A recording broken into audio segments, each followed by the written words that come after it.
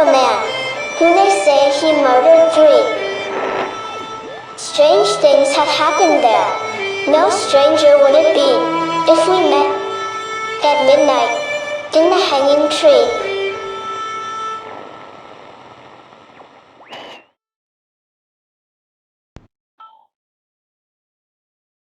Welcome to the show. I'm your host, Chris James. I did a show in August 2016 about superstitions, so here is the second show. I'll try to avoid telling the same information twice, but that probably isn't going to happen. If bubbles appear in the surface of your coffee, it means you will receive a large amount of money, or you have soap suds in your coffee. Drinking coffee from the same cup after another person has been drinking from it predicts turmoil in your personal life. Done it in the army, but don't do it in civilian life. Spilling coffee on the table for a woman means sadness and tears. For men, it means you'll have a conflict with a friend. Breaking a cup of coffee, either glass or ceramic, is supposed to be a good sign, portaining well-being and luck. I don't know about this one. When I broke my Art Bell coffee cup, I had a lot of things to say about life, the universe, and everything. None of it was very good. I didn't see any good luck for several days, and I really didn't feel good. I don't know if it will bring you good luck, but picking up some coffee at the Organic Man coffee trike will put a smile on your face. It is the best coffee in the universe, and that should make you feel better and wake you up to face the day. Or night if you're working the late shift.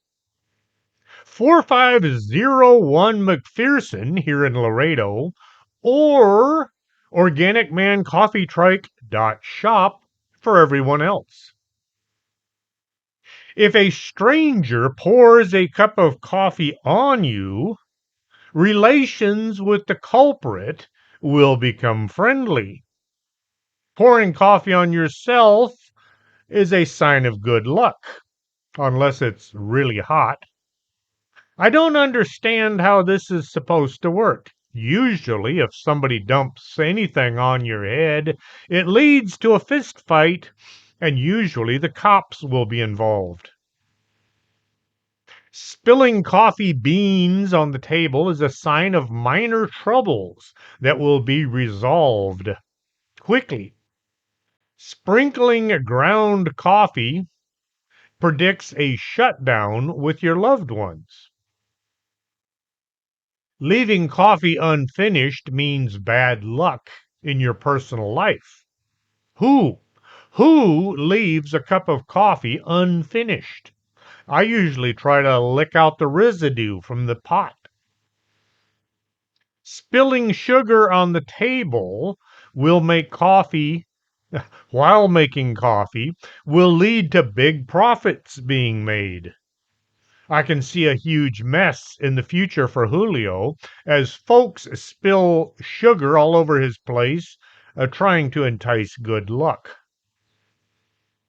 Filling a cup with coffee only halfway is a bad omen, a promising loss or maybe poverty. Who fills their cup only halfway? I did have a waitress spill coffee all over the table and only get about half of it in the cup. I was in uniform, and I think she just might have been here illegally.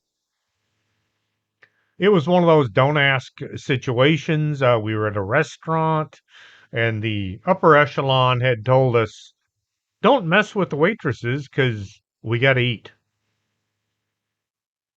Spilling milk on the table while making coffee means friends are going to come to visit. If you spill milk on the floor, this means a conflict at home. Well, unless you clean it up, I guess. While brewing coffee, if it spills on the stove, this is a sign of coming hassles and can lead to fatigue. Finding a spider in your cup of coffee predicts receiving interesting news.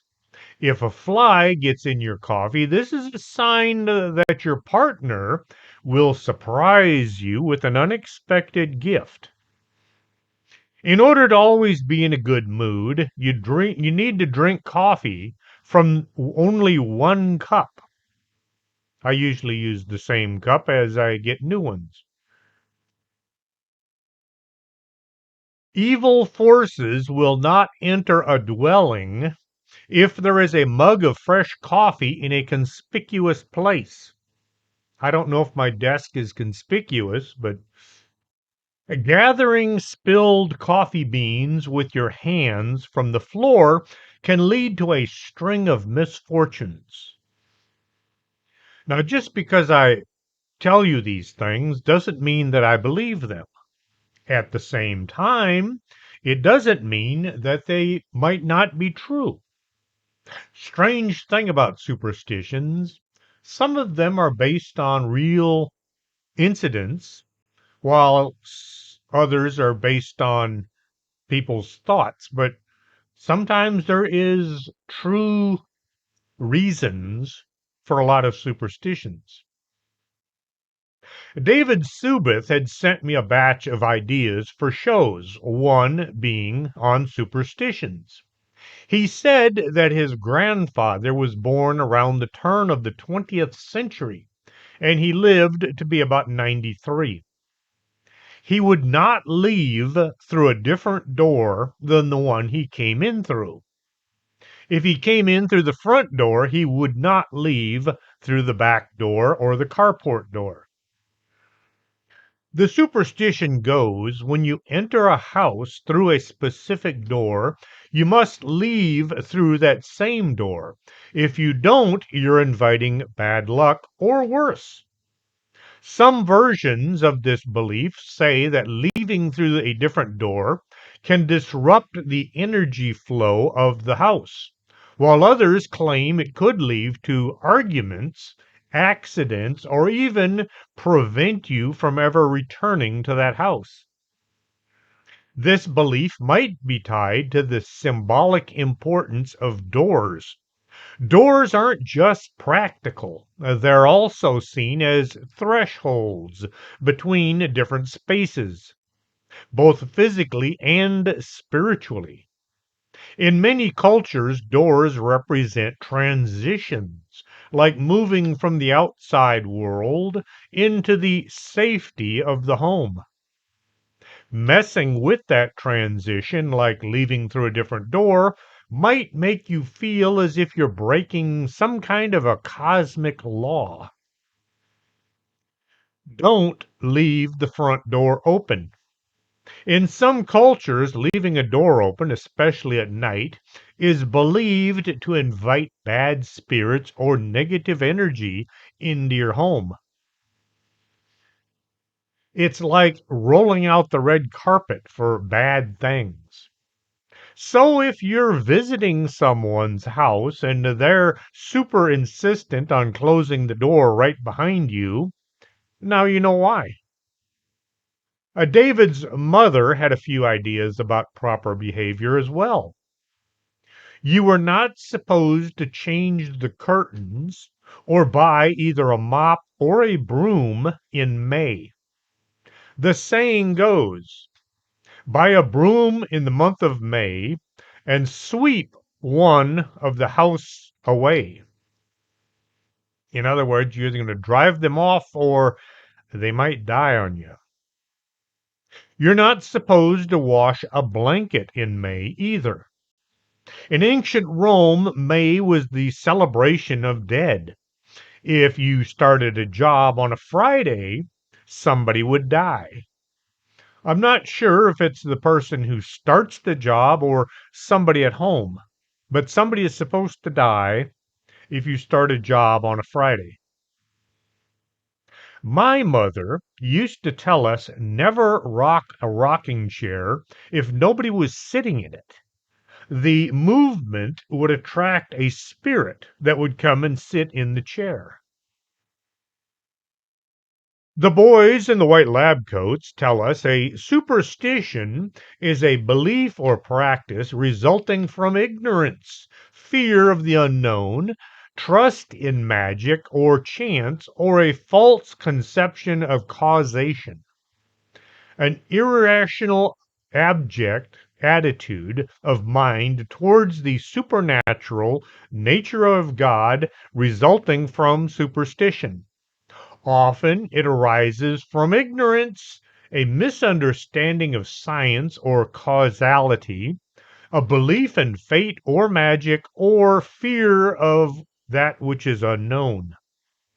It is commonly applied to beliefs and practices surrounding luck, prophecy, and a certain spiritual beings, particularly the belief that future events can be foretold by specific, unrelated prior events. The word superstition is often used to refer to a religion not practiced by a majority of a given society, regardless of whether the prevailing religion contains superstitions. This is their belief system. A lot of scientists say they don't believe in God, while at the same time they're worshiping at the altar of science. Of all the cults in the world, science is one of the hardest to join. You have to perform rituals in accordance with accepted methods. You have to don your white vestments and safety goggles before entering the sacred laboratory. The sacred laboratory. You are required to submit findings to the Grand Board of Peers, who on a whim might accept your findings as truth or kick you and your research to the curb because it flies in the face of accepted rhetoric. History is filled with stories of research that was laughed at only to discover the ideas were sound. In 1847, Ignaz Semmelweis proclaimed that doctors should wash their hands after examining corpses and before examining pregnant women. He was laughed at and ridiculed out of his position as a doctor. Because his ideas were ridiculed and rejected by his contemporaries, the trait of human behavior characterized by automatic rejection of new knowledge because of its contradictions, entrenched norms, beliefs, or paradigms has become known as the Semmelweis reflex. Just because the white lab coat crowd say it's all superstition doesn't mean it's not real. It just means they don't believe it. One idea called a superstition is you should never place two mirrors opposite one another. The mirrors will reflect each other, opening a gateway or a portal for some evil to pass through. In the Chicago Museum, there used to be what they called an infinity room. I don't know if it's still there. Last time I saw it, I was about 10 or 12 years old. In the Chicago Museum, there was this room. It was dark, an enclosed space, and it had mirrors on the floor, all four walls, and the ceiling. Once inside, it looked as if the room went on forever, and there were thousands of copies of you. The folks who invented this room never heard of the devil's toy box. The Devil's Toy Box is a small box that is six-sided, made from equally sized mirrors that form a cube. Mirrors have long been considered gateways into other dimensions, and it's believed that you can trap a spirit within this box and keep it sealed. The Devil's Toy Box is an urban legend that horror fans will recognize as the inspiration for the infamous Lament configuration from Clive Barker's Hellraiser series. No, I don't play with this thing. I just have it sitting on my desk. Well, somebody built a life-sized Devil's Toy Box in Louisiana in 2014. It was supposed to be a Halloween attraction, but things got out of hand. Reports came into paranormal sites saying there was a life-sized human Devil's Toy Box haunted attraction based in Louisiana that would pop up for the Halloween period in 2014. The attraction was called Farmer Graves' Haunted Orchard, and the windowless shack called the Devil's Toy Box was a small room composed of large wall-sized mirrors.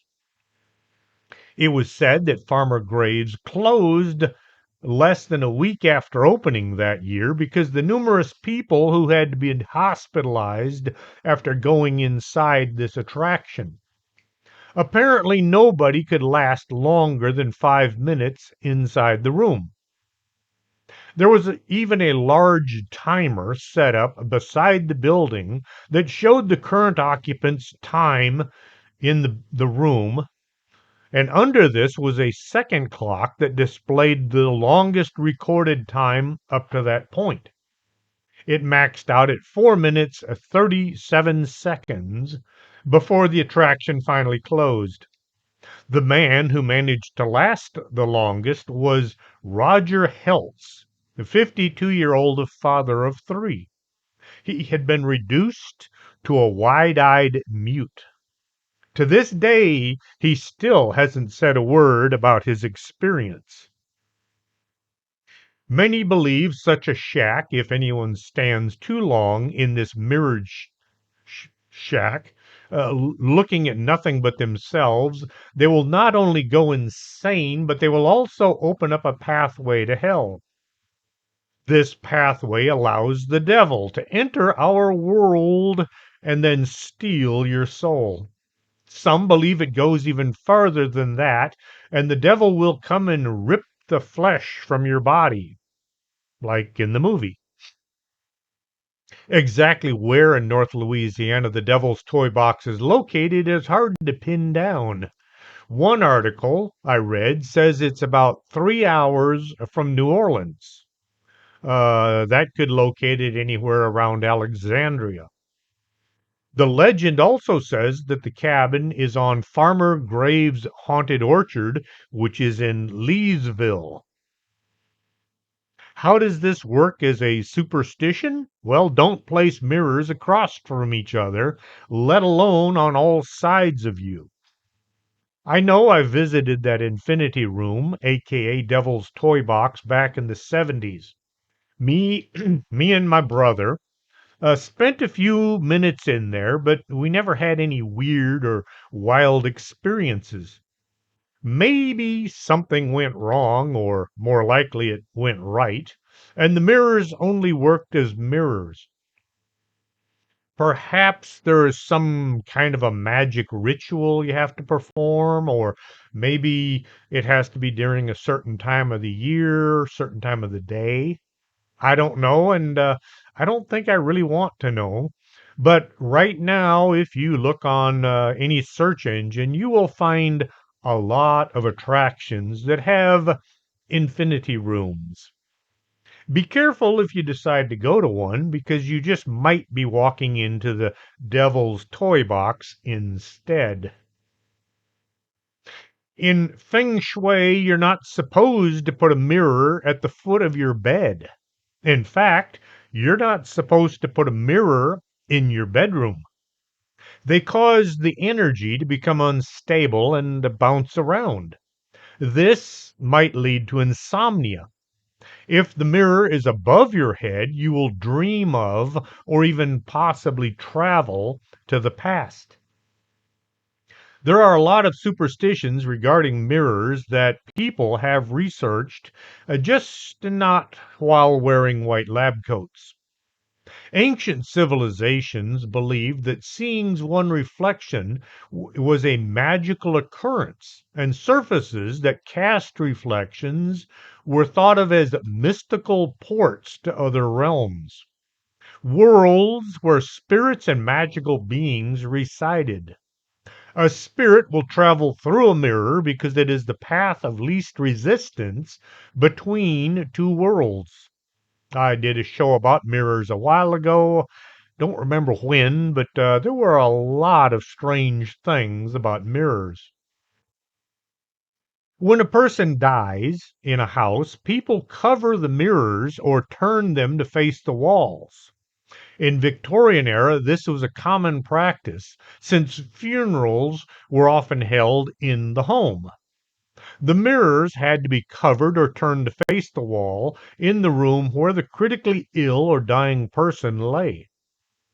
Failure to do so would result in the spirit of the deceased person having their soul lost in the mirror land, or they might turn into a vampire. It's kind of funny how they say a vampire can't see the reflection in a mirror, and yet if a dying person has a mirror close by, they'll turn into a vampire. The reason a vampire can't see their reflection in a mirror is because the original mirrors were made using silver, and silver was one of those metals that was considered sacred, and therefore you used it to combat werewolves and vampires. So the silver backing on a mirror would prevent a vampire from seeing his own reflection. To stop this spirit sucking thing happening, mirrors were extracted from the room of a sick or a dying person because it was believed that they were perceived to be more vulnerable to a mirror's negative influence. In some cultures, there's a belief that a baby should never be shown its own reflection in a mirror before it's a year old. Doing so could bring great harm to the child. People have been warned not to look in a mirror at night using a candle, unless you want to see demons or spirits, the devil, or your own coming death. The trash truck just drove by and Em wants to make sure they don't steal the yard. Another superstition is that if you look at a mirror by candlelight, you may see the spirit of a loved one who has died. Yes, it's one of those superstitions and myths associated with mirrors, but why do we take risks? It is believed that if you are experiencing negative emotions, such as depression, sadness, anger, etc., you will attract a negative spirit through the mirror. Any kids that play that game Bloody Mary, well, you might say they deserve what they get. Antique or old mirrors are more likely to have paranormal phenomenon associated with them. So avoid purchasing antique mirrors from anybody, including antique shops, no matter what they tell you.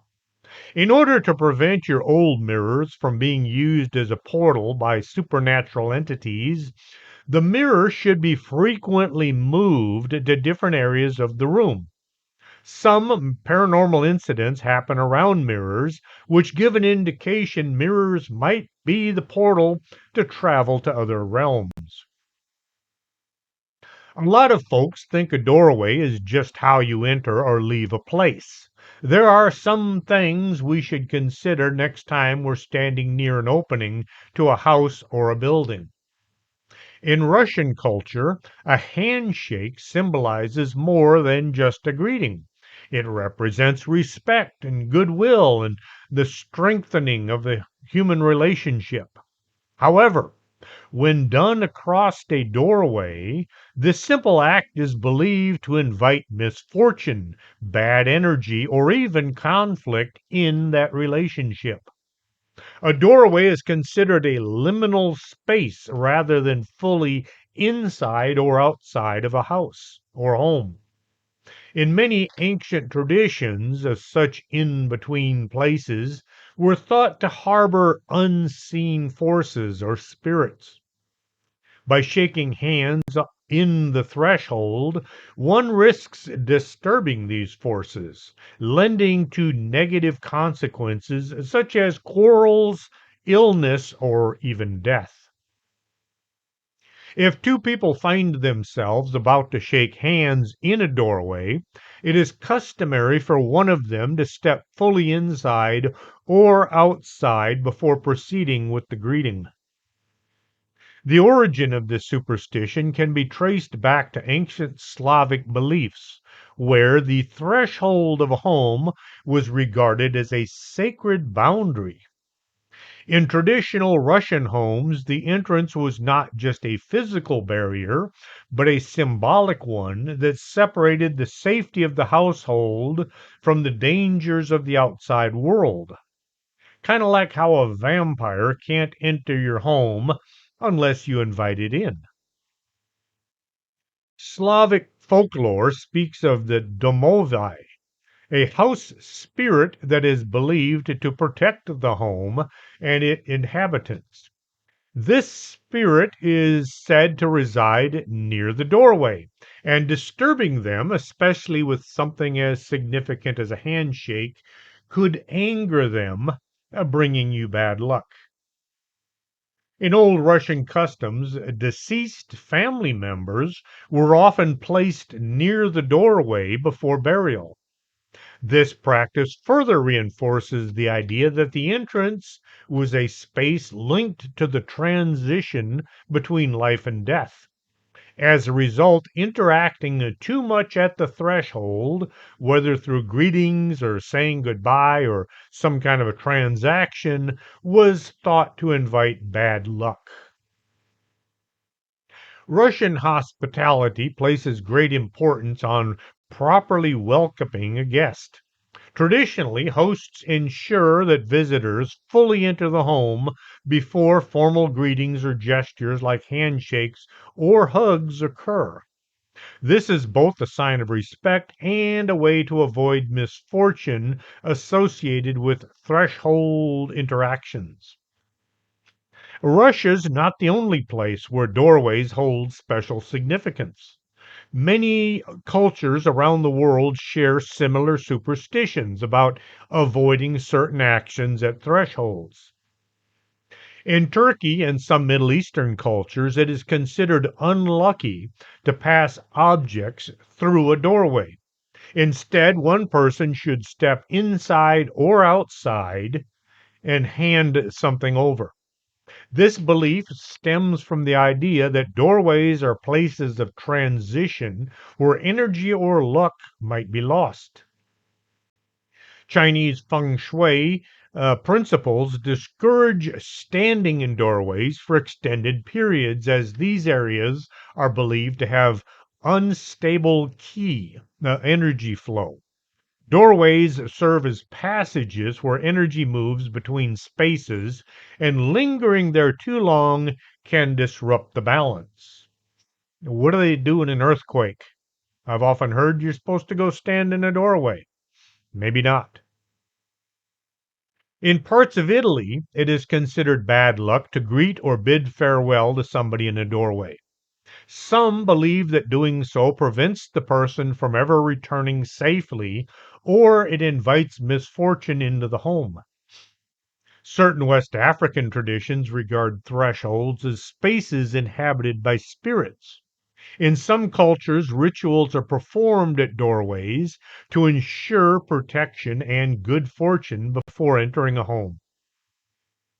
In many Western traditions, a groom is supposed to carry his bride over the threshold of their new home. The superstition says if the bride trips or stumbles while entering, it's a bad omen for the marriage. Carrying her ensures a smooth transition into married life. That is, unless you drop her. Yes, I carried my wife over the threshold. Something as simple as sweeping the room with a broom, not a gun. When you sweep a room with a gun, you go from corner to corner, looking down the sights, trying to find the bad guys. When you sweep a room with a broom, well, you're getting rid of the dirt. Dirt, bad guys. Yeah, same thing. You're supposed to start sweeping at the doorway and work inwards. When you gather all the dust in the middle of the house, then you sweep it up and carry it outside to the trash. Sweeping towards the door will drive luck out of the home. You're not supposed to sweep your house after sundown. Doing so invites bad luck and an ending of your prosperity. If somebody in the home dies, you should not sweep the floor for 3 or 4 days, depending. Once again, this is inviting bad luck and somebody might get sick or even die. Never allow the broom to touch the feet of anybody you know. In Afghanistan, if you sweep the floor and your broom touches the feet of a loved one of your parents is going to die. In Mexico, touching the feet with a broom will cause you to marry a widower. My wife was visiting some people she knew, and the eldest sister was sweeping the floor and ran the broom over her feet. Years later, she met me and we got married. My first wife had died in 1984. If Lulu had spit on that broom right away, we may have never met, according to superstition. In India, you're not supposed to sweep after sundown. Lakshmi, the goddess of wealth and prosperity, is said to visit homes in the evening. If you sweep in the evening, you will drive her away. So if you're looking for wealth, avoid using the broom after sunset. People that believe in Friday the 13th, well, in Mexico, a lot of people say that it's Tuesday the 13th, not Friday. In Spain and other Spanish speaking countries, Tuesday the 13th gets people all nervous. Martes, or Tuesday in Spanish, comes from the Roman god of war, Mars, which ties the day to violence, death, and bloodshed. Now, what do you suppose so many different countries kind of have similar superstitions when dealing with doorways and brooms? Ancient Egyptians believed it was disrespectful to the sun god to open an umbrella inside because umbrellas were originally used for sun protection. Being inside the umbrella was now being used kind of like the middle finger to the sun god. Some believe opening an umbrella indoors may upset the home's protective spirits and bring misfortune. I was always that guy who made fun of just about every situation. One day I had found a green folding umbrella that almost matched our uniforms. I bought it and I took it to work. Just before muster, I stuck it in my flashlight holder on my PBS, pistol belt, and stuff. The forecast had called for rain, and so as we were all getting ready to head out and face the midnight shift, I popped the umbrella open in the building. The supervisor yelled at me to close it before something went wrong. He was dead serious. I know about the superstition. I also never missed an opportunity to have fun at other people's expenses. What did surprise me was how many other agents were also upset with my actions. Nobody laughed. On other occasion, I shoved a plunger in my flashlight holder. The soup thought I was losing my mind. Now, maybe I should have washed it first. I sat through muster with a plumber's helper at my side. I said I was going out to clear the streets. In the paranormal world, umbrellas are believed to be a sign of protection from harm. Opening an umbrella inside your house means that you are protecting a part of your house from evil, while you leave the rest of the house unprotected. When you close the umbrella, the evil energy will flow back to that location. Opening an umbrella inside your house might lead to arguments. If a friend comes to your house and opens an umbrella inside your house, it may lead to disagreements. In some extreme cases, this might lead to the end of that relationship. Ghosts are supposed to be attracted to an open white umbrella. We should try that next time we're doing a ghost hunt. Or, Dave, if you're listening, maybe you should consider bringing along a white umbrella on your next ghost investigation. Whenever you open a brown umbrella inside your house, it is bad luck because of the negative energy that comes with it. The brown colored umbrella is a sign of negativity. If you open a black umbrella inside your house, it attracts evil spirits. If you find an increased activity of evil spirits in your house, then it is due to an open umbrella in your house at some time in the past. When I said Dave, I wasn't referring to Dave Subeth. I was meaning a Dave Griffith. He's the paranormal investigator. If you open an umbrella inside your room, you will have nightmares. It is believed that an open umbrella in your room clouds your mind. The shadow cast on your soul will lead to restlessness and a level of mental instability. This will lead to having sleepless nights. If this is not corrected, you might become medically ill.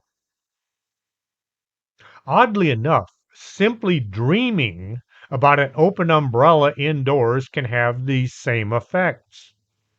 Whenever you open an umbrella inside your house, it is advised to dispose of it immediately. There's a general belief that disposing of the source of evil reverses the evil. Therefore, ensure that the exact umbrella is disposed of. Take it out of your house and burn it. If you don't want to burn it, give it away as a gift to somebody far away.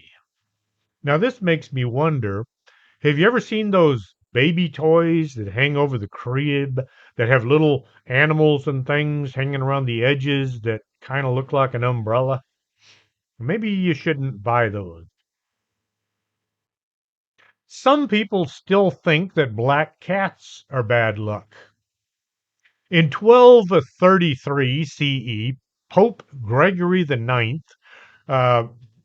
proclaimed that black cats weren't just merely bad omen, but they were the incarnation of the devil.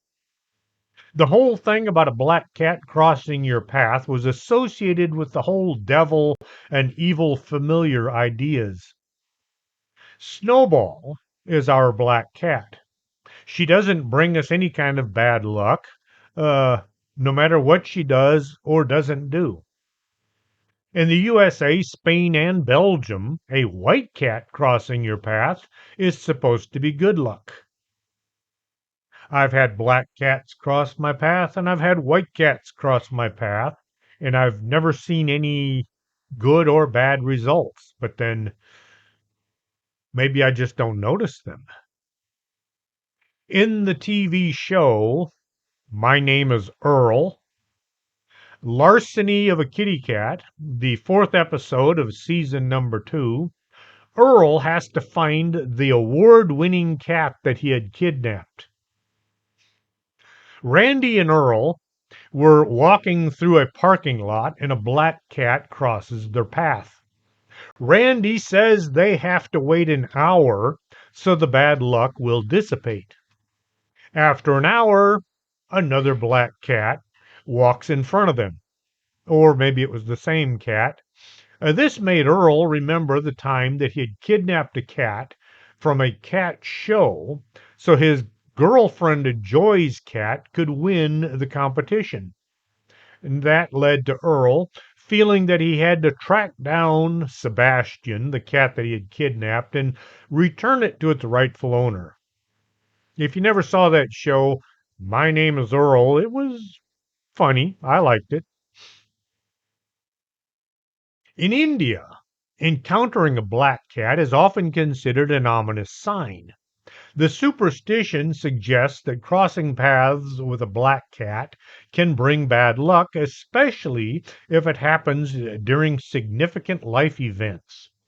This belief has its roots in cultural folklore and has led to various rituals aimed at warding off the perceived negativity associated with these black felines. When you see a one eyed cat, you're supposed to spit on your thumb and then stomp it into the palm of your hand and make a wish. I don't know if it's this way or this way, but the wish is said to come true. Seeing a white cat on the road is considered lucky. Dreaming of a white cat means good luck. In the Netherlands, cats were not allowed in rooms where private family discussions were being held. The Dutch believed that the cats would listen in and then spread gossip throughout the town. In 16th century Italy, it was believed that if a black cat laid on the bed of a sick man, the man was going to die. But there's also a belief that a cat will not remain inside a house where somebody is about to die. Therefore, if the family cat refuses to stay indoors, it was considered an omen of coming death in the family. Two cats seen fighting near a dying person or on the grave shortly after the funeral are considered to be the devil and an angel fighting for possession of the person's soul. Killing a cat is an absolute guarantee that you have sacrificed your soul to the devil. Vic Hermanson can attest to this next one.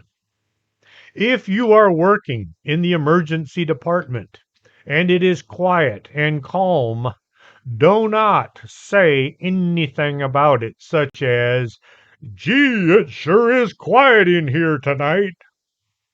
In the next few hours, you are going to see so many patients with new and interesting injuries, the hospital is going to have to start diverting all the ambulances to different hospitals.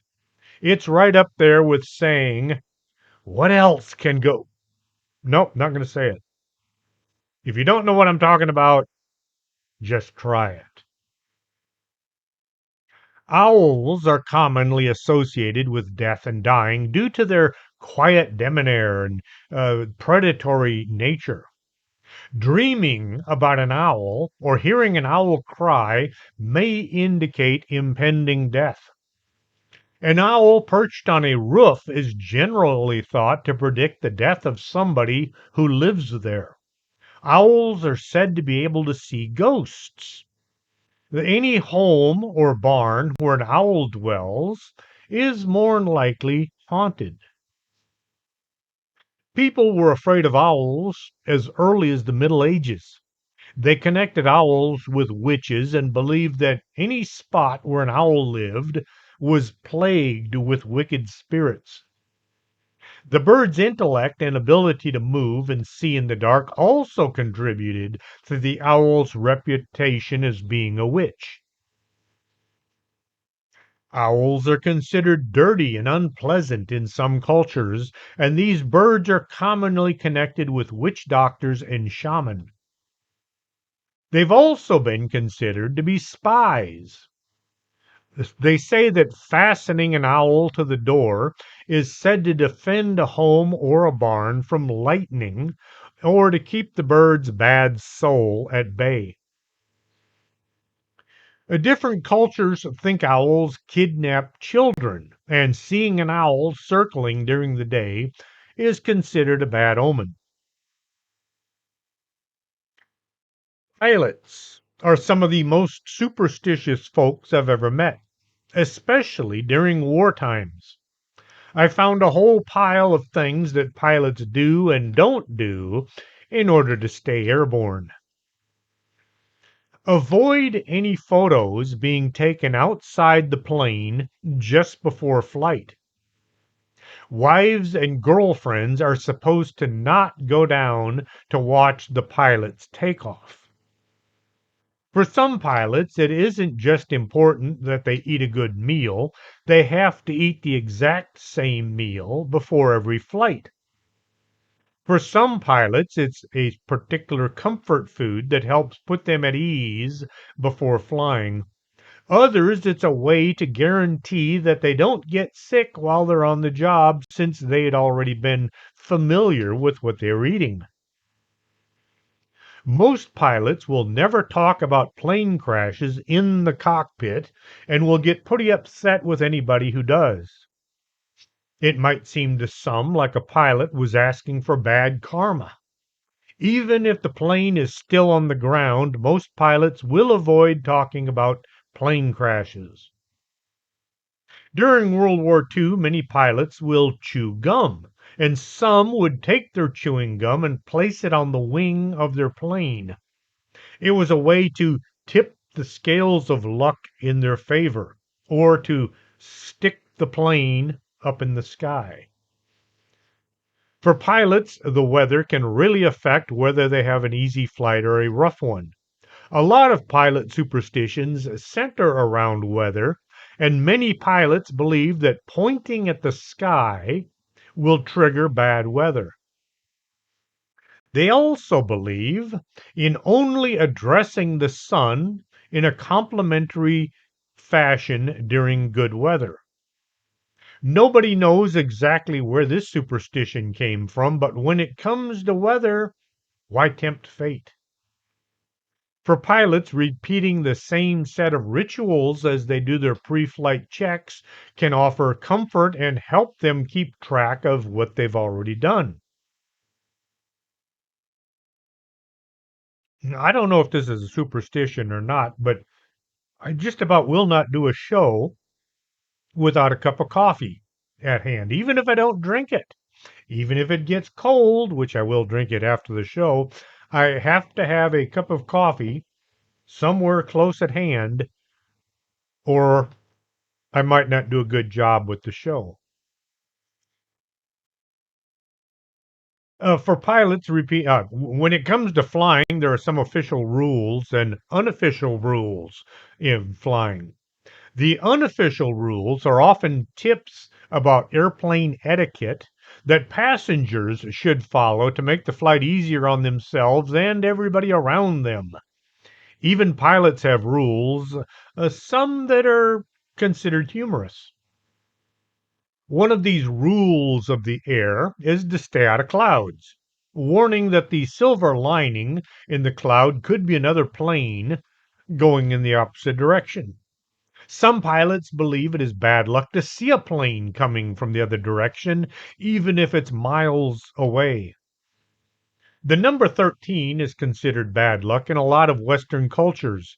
There are a number of speculations as to why it's considered to be an unlucky number, everything from biblical to mathematical.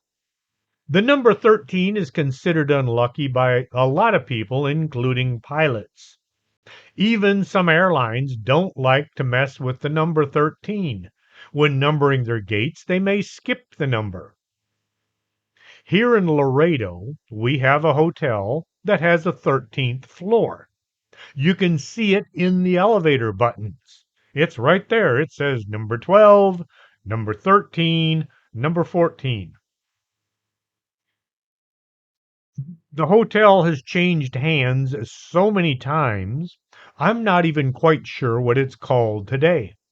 It was named Hojo's, Howard Johnson, when we got here, and that's what we still call it today.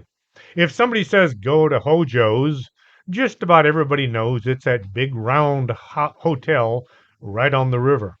It's kind of like Mercy Hospital. Hardly anybody I know calls it LMC. If you call it LMC, you'll get a lot of blank looks from people. It's still Mercy Hospital, even though it hasn't been called that in, I don't know, 10, 15 years, probably more. A good luck charm can be just about anything, like a four-leaf clover or even a coin. A lot of pilots carry a lucky charm with them as they fly, just as an extra boost of good luck, and to make sure nothing goes wrong during the flight. Some pilots think talking to their plane as they're going through pre flight checks encourages it to have a safe and smooth ride. When it comes to pilot superstition, pilots from Russia will try to avoid saying the word last when talking about flying, like the last flight or the last time this happened. It's considered a kind of a summoning of bad vibes when talking about flying. Some pilots will go out of their way to work around saying finish or end. Instead, they'll use conclude instead. Pilots, especially during World War II, would often keep photos of family and other loved ones inside their hats. The thought was that their loved one would be watching over them from above. World War I and World War II pilots would never wash their scarves, often using them until they fell apart and turned completely black from sweat and oil. Washing a lucky item would wash away all of the luck. In the United Kingdom, there's a superstitious belief in a group of mysterious spirits known as the Seven Whistlers that are considered a really bad omen. Never whistle in or near an airplane. In Russia, whistling is thought to bring poverty, and whistling on board a ship is thought to encourage a storm. And you're not supposed to whistle in the woods. It may attract a Bigfoot type creature or a dogman. Which group of people is the most superstitious? Pilots or sailors?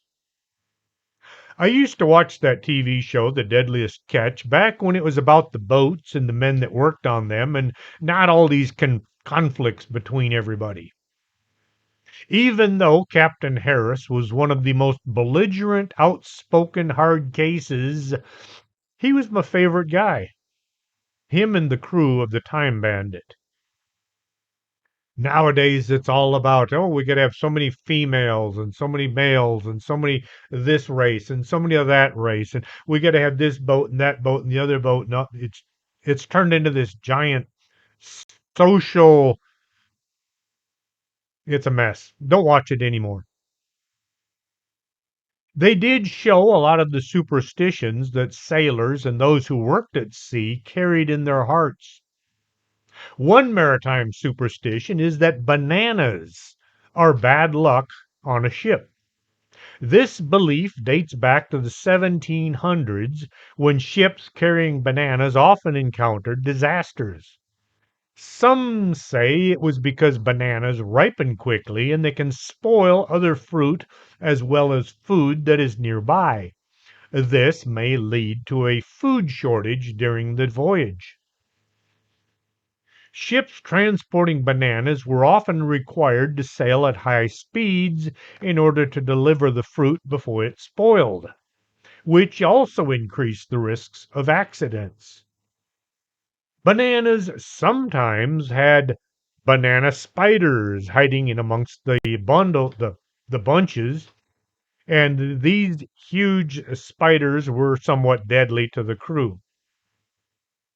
Due to these associations, many sailors refuse to allow bananas on board, believing that they will lead to misfortune. Now, cats are considered lucky on board ships. Cats served as a practical purpose of keeping rodents down, but they would also keep the crew happy. Sailors believed that caring for the ship's cat would bring them good fortune. If a cat fell overboard, it was thought that this could summon a storm. If a cat, the the reverence for cats is reflected in various maritime cultures. For example, in some traditions, the cat's presence was believed to calm the sea due to their sensitivity to atmospheric changes. Unsinkable Sam managed to survive nearly a dozen shipwrecks during World War II, the first being that of the Bismarck. I think somebody was out to get that cat. Or maybe the cat was causing all the mischief. Now all my cats are looking at me like I said something bad.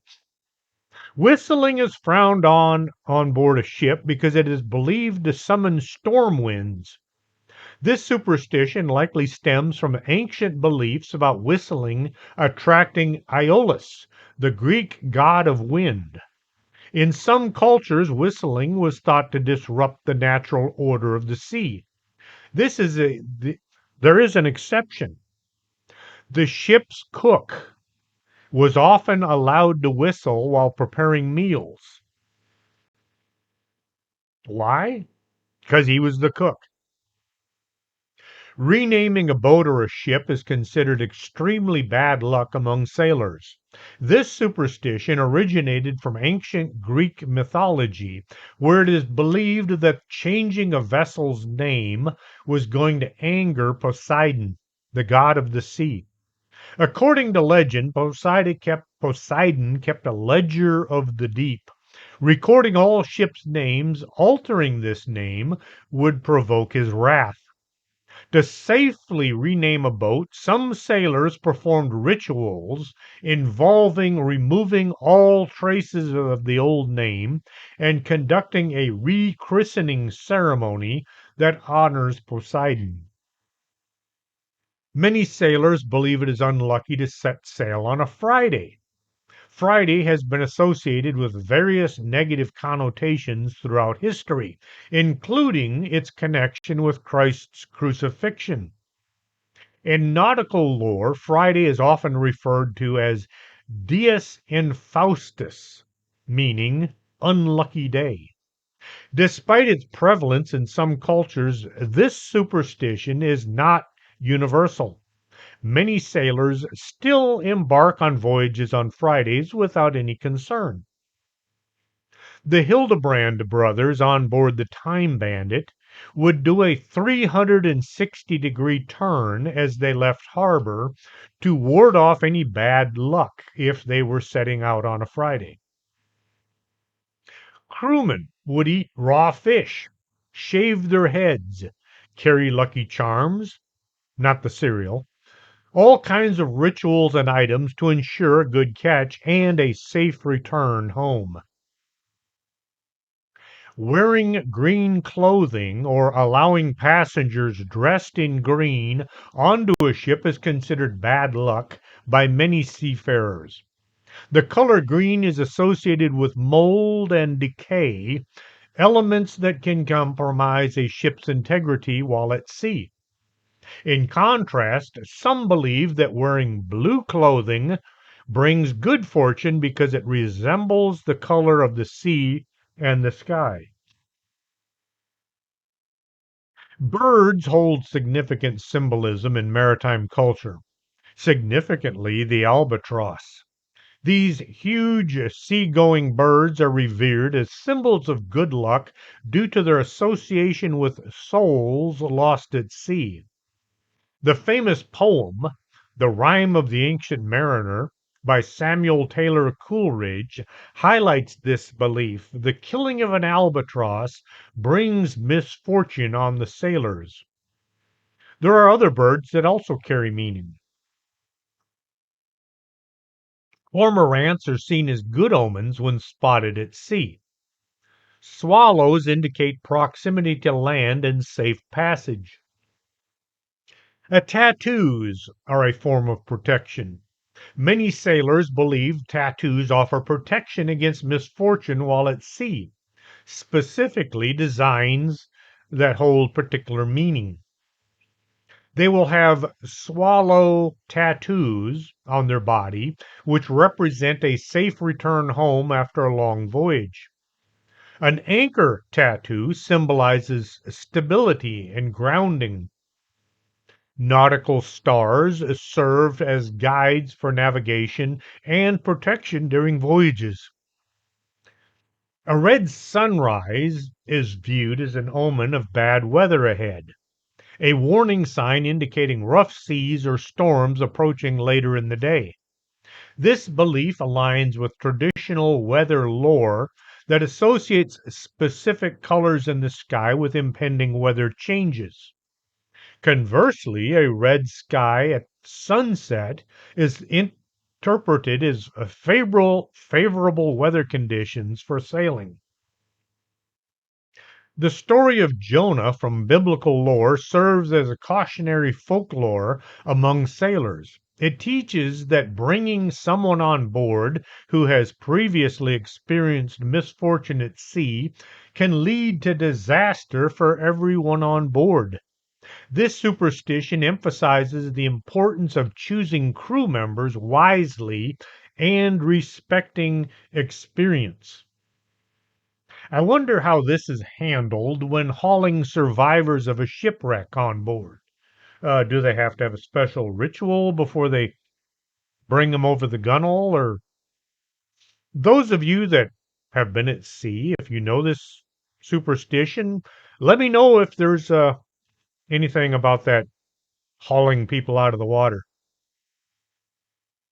Sailors traditionally avoid setting sail on Candlemas Day, which is February 2nd, believing any voyage begun will end in disaster.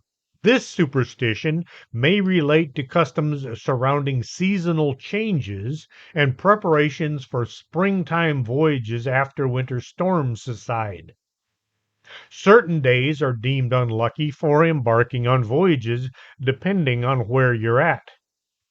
Thursday, which is associated with Thor, Thor's day, that's why it's called Thursday. The Norse god of storms is often avoided as far as setting sail. Sunday, while some consider Sundays auspicious for sailing due to religious connotations, others believe it is inviting misfortune due to its association with a day of rest.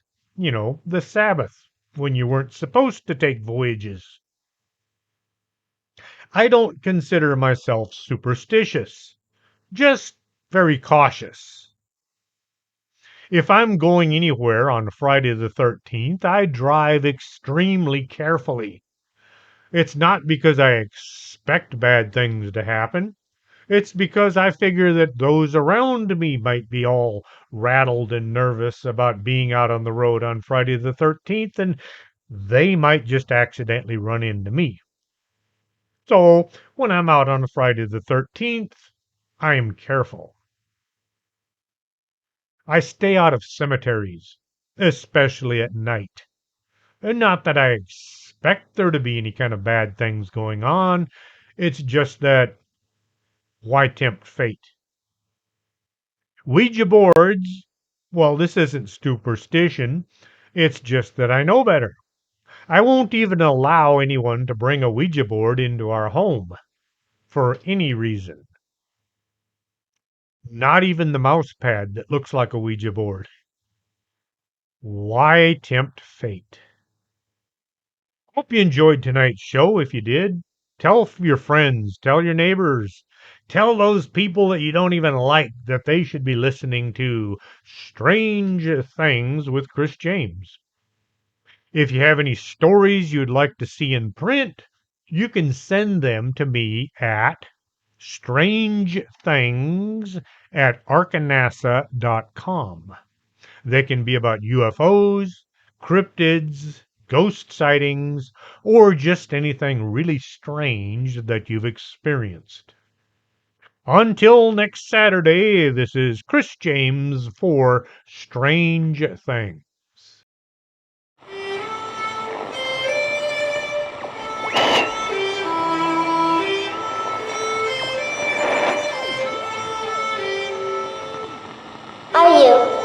Are you coming to the tree where there's strung up a man who they say he murdered 3? Strange things have happened there. No stranger would it be if we met at midnight in the hanging tree.